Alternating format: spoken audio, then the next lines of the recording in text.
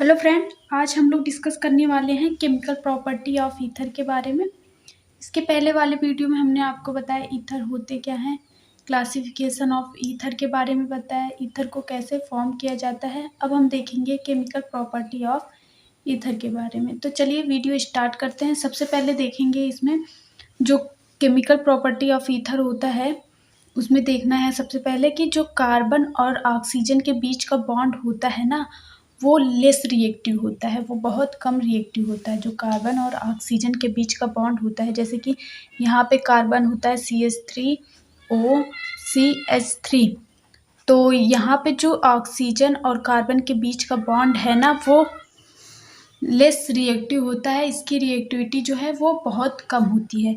लेकिन जो है कार्बन कार्बन बॉन्ड से ज़्यादा रिएक्टिव होता है। जैसे कि कार्बन कार्बन बॉन्ड अगर है, वो उसकी रिएक्टिविटी बहुत कम होती है कंपेयर टू कार्बन और ऑक्सीजन बॉन्ड। इसी वजह से कार्बन और ऑक्सीजन बॉन्ड में हम कुछ रिएक्शन तो दिखा सकते हैं। कार्बन और ऑक्सीजन बॉन्ड के क्लीवेज की वजह से कुछ रिएक्शन जो है वो शो कर सकते हैं, लेकिन कार्बन कार्बन बॉन्ड में ऐसा कुछ नहीं होता है। तो देख लेते हैं इसका रिएक्शन क्या क्या होता है। तो इसको हम लैंग्वेज में यहाँ पे लिखा गया है। तो रिएक्शन सबसे पहले देखेंगे किसके साथ होगा। रिएक्शन सबसे पहले होगा एसिड के साथ। एसिड के साथ जब ईथर का रिएक्शन होगा तो कोऑर्डिनेट कॉम्प्लेक्स बनाता है। कोऑर्डिनेट कॉम्प्लेक्स कैसे बनाएगा, यहाँ पे देखिए ROR है। ROR का मतलब यहाँ पे कोई भी R ग्रुप की जगह पे एल्किल ग्रुप हो सकता है। तो यहाँ पे जो O है उसके पास क्या होता है, लोन पेयर ऑफ इलेक्ट्रॉन होगा। जब लोन पेयर ऑफ इलेक्ट्रॉन होगा और इसके पास पता है आपको ये वैकेंट ऑर्बिटल होता है, तो ये क्या करेगा, ये लोन पेयर ऑफ इलेक्ट्रॉन इसके पास डोनेट करेगा। जब डोनेट करेगा तो ये ऐसा बॉन्ड बनाएगा। इसको हम कौन सा बॉन्ड कहते हैं, कोऑर्डिनेट बॉन्ड कहते हैं। कोऑर्डिनेट बॉन्ड बनाएगा। देखिए ये इलेक्ट्रॉन जो है वो ले रहा है, तो इस पर क्या होगा, निगेटिव चार्ज होगा। ये इलेक्ट्रॉन दे रहा है, इसके पास क्या होगा, पॉजिटिव चार्ज होगा। तो क्या बनाएगा, कोऑर्डिनेट कॉम्प्लेक्स का फॉर्मेशन करेगा। अब देखेंगे लुईस कॉन्सेप्ट के अनुसार जो लोन पेयर ऑफ इलेक्ट्रॉन देते हैं उसको हम क्या कहते हैं, बेस कहते हैं। और जो एक्सेप्ट करते हैं उसको क्या कहते हैं, एसिड कहते हैं। जो एक्सेप्ट करते हैं उसको क्या कहते हैं, एसिड कहते हैं। तो यहाँ पे लोन पेयर ऑफ इलेक्ट्रॉन कौन दे रहा है, ईथर यहाँ पे लोन पेयर ऑफ इलेक्ट्रॉन दे रहा है, तो उसको हम क्या कहेंगे, ये लुईस क्या है, बेस है। ये लुईस बेस होता है। और ये एक्सेप्ट कर रहा है तो ये क्या है, लुईस एसिड है। और क्या बना रहा है, कोऑर्डिनेट कॉम्प्लेक्स का फॉर्मेशन हो रहा है। यहाँ पे देख लेते हैं, ether react with Lewis acid. Lewis acid मतलब BF3 से रिएक्ट कर रहा है to form coordinate complex. Complex coordinate complex का फॉर्मेशन कर रहा है। अब आगे देख लेते हैं, 10 ether have the base character. इसी वजह से ईथर जो है वो बेस कैरेक्टर शो करता है। This basic character of ether is due to the presence of lone pair of electron on oxygen atom. ये जो बेसिक कैरेक्टर ईथर के पास आ रहा है ना, वो जो ऑक्सीजन के पास लोन पेयर ऑफ इलेक्ट्रॉन है उसकी वजह से आ रहा है बेसिक कैरेक्टर। अब आपको समझ में आ गया होगा कि ईथर जो होता है वो क्या होता है, बेसिक कैरेक्टर होता है। और ये हो गया आपका फर्स्ट रिएक्शन। अब आगे देख लेते हैं, HX के साथ अगर हम रिएक्शन करवा रहे हैं तो क्या होगा, रिएक्शन विथ HX। ईथर अगर रिएक्शन करेगा HX के साथ तो क्या फॉर्म करेगा, एल्किल हैलाइड फॉर्म करेगा। एल्किल हैलाइड फॉर्म करेगा। ये रिएक्शन देख लेते हैं। सबसे पहले हम यहाँ पे देखिए ईथर है, ईथर का रिएक्शन HX से करवा रहे हैं। HX का मतलब आप समझ लीजिए, X की जगह पे IBr Cl ये सब हो सकता है। तो यहाँ पे आप HX समझिए यहाँ पे बस। तो क्या हो रहा है, यहाँ से क्या होगा, ये जो R है वो निकलेगा, किसके साथ जाएगा, X के साथ जाएगा। तो क्या बनाएगा, RX बना लेगा। और ये जो H है वो O के साथ अटैच हो गया, तो ये एल्कोहल का फॉर्मेशन हो गया। अब फिर से जो एल्कोहल है फिर से वो किसके साथ रिएक्शन करेगा, HX के साथ रिएक्शन करेगा।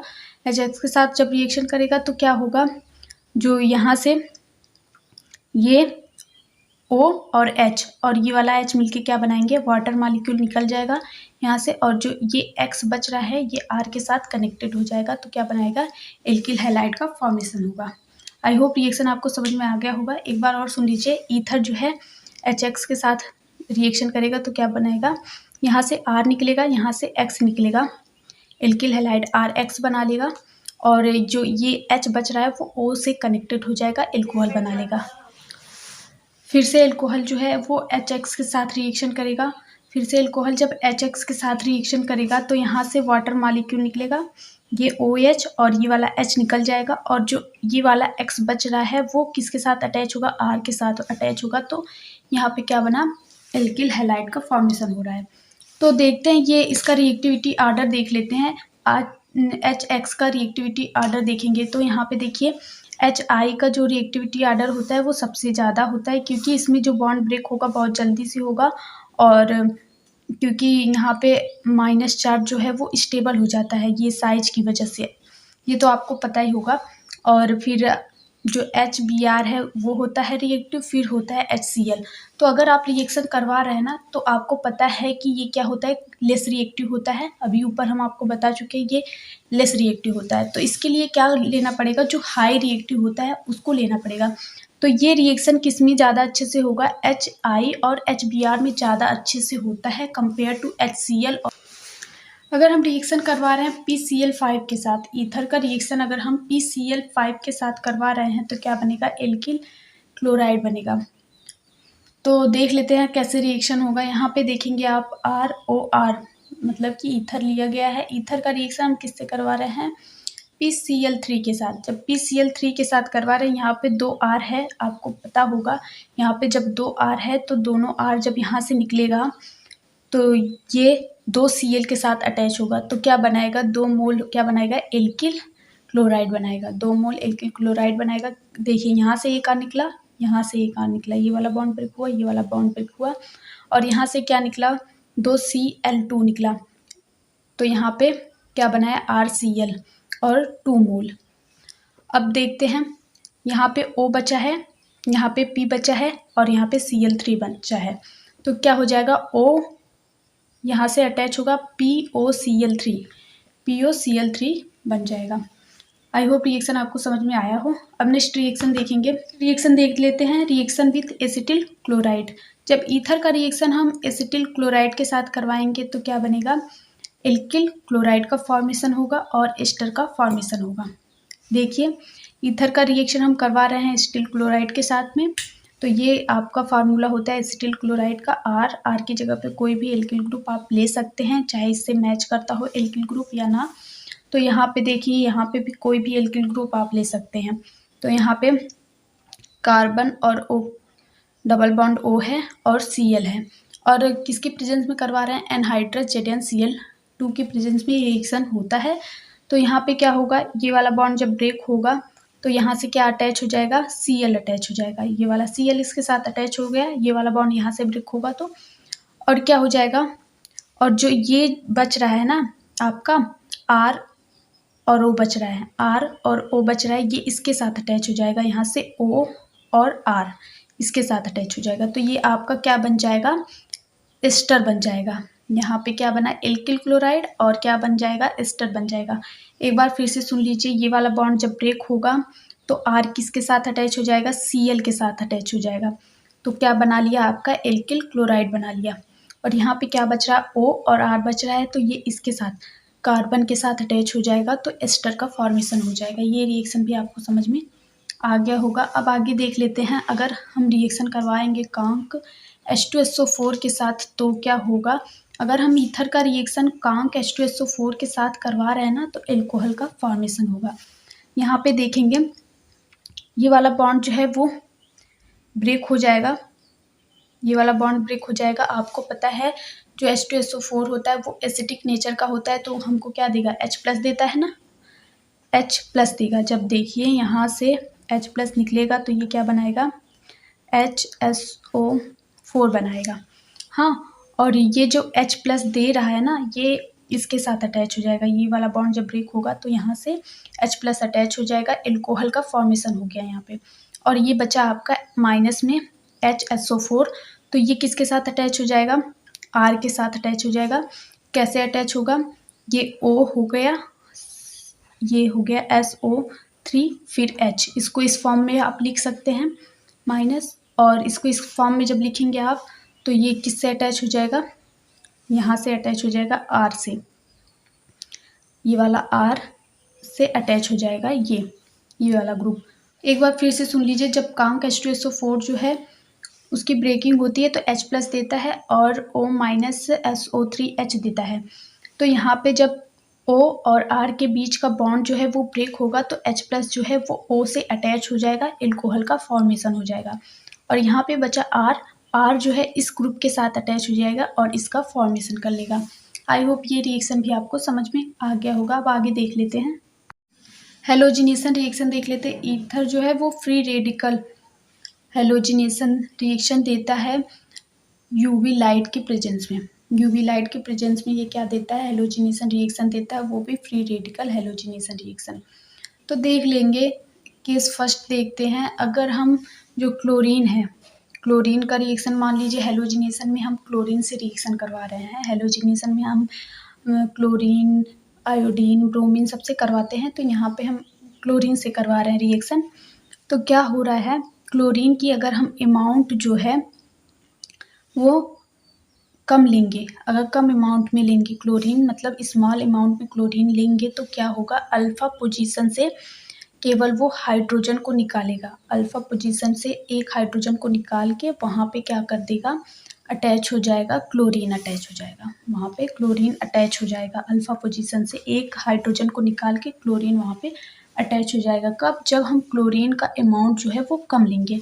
तो रिएक्शन देखिए, यहाँ पे हो गया आपका ईथर और क्लोरीन का अमाउंट जो है 1 मोल हम लिए हैं। यहाँ पे मान लीजिए अमाउंट जो है वो कम है, तो क्या होगा, यहाँ पे 2 अल्फा पोजीशन है, चाहे आप इस वाले से एक हाइड्रोजन निकाल दीजिए, चाहे आप इस वाले से एक हाइड्रोजन निकाल दीजिए। तो मान लीजिए हम यहाँ से एक हाइड्रोजन निकाल रहे हैं, तो यहाँ से एक हाइड्रोजन निकाल के क्या अटैच हो जाएगा, Cl अटैच हो जाएगा। तो आपका क्या बनेगा, मोनोक्लोरो डेरिवेटिव बनेगा, मोनोक्लोरो डेरिवेटिव बनेगा।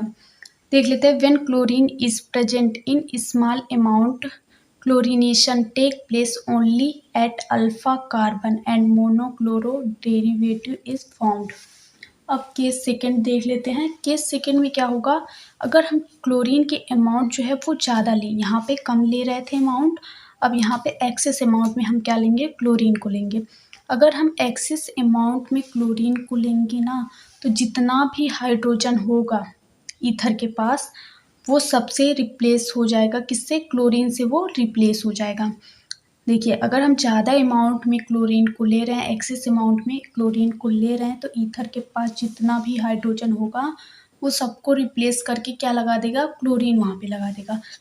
तो यहाँ पे रिएक्शन देख लेते हैं। यहाँ पे ईथर का रिएक्शन क्लोरीन मॉलिक्यूल से करवा रहे हैं, यहाँ पे अमाउंट जो है वो एक्सेस अमाउंट पे लिया गया है। ये आपको ध्यान में रखना है, कब एक्सेस अमाउंट में है और कब स्मॉल अमाउंट में है, ये आपको वहाँ पे दिया रहेगा। तो ये क्या है, यहाँ पे जितने भी H हैं, यहाँ पे इस साइड में 5H हैं और इस साइड में भी 5H हैं, तो सबको निकाल के क्या लगा देगा, वहाँ पे क्लोरीन को लगा देगा। तो क्या बन गया आपका C2H5O, C2H5O।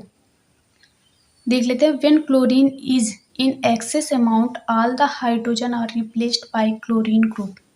सभी हाइड्रोजन क्लोरीन ग्रुप से क्या हो जाएंगे, रिप्लेस्ड हो जाएंगे। अब आगे का रिएक्शन देख लेते हैं। अगर हम रिएक्शन करवा रहे हैं CO से, ईथर का रिएक्शन अगर हम CO से करवाएंगे, किसकी प्रेजेंस में, BF3 की प्रेजेंस में, तो क्या बनेगा, एस्टर बनेगा।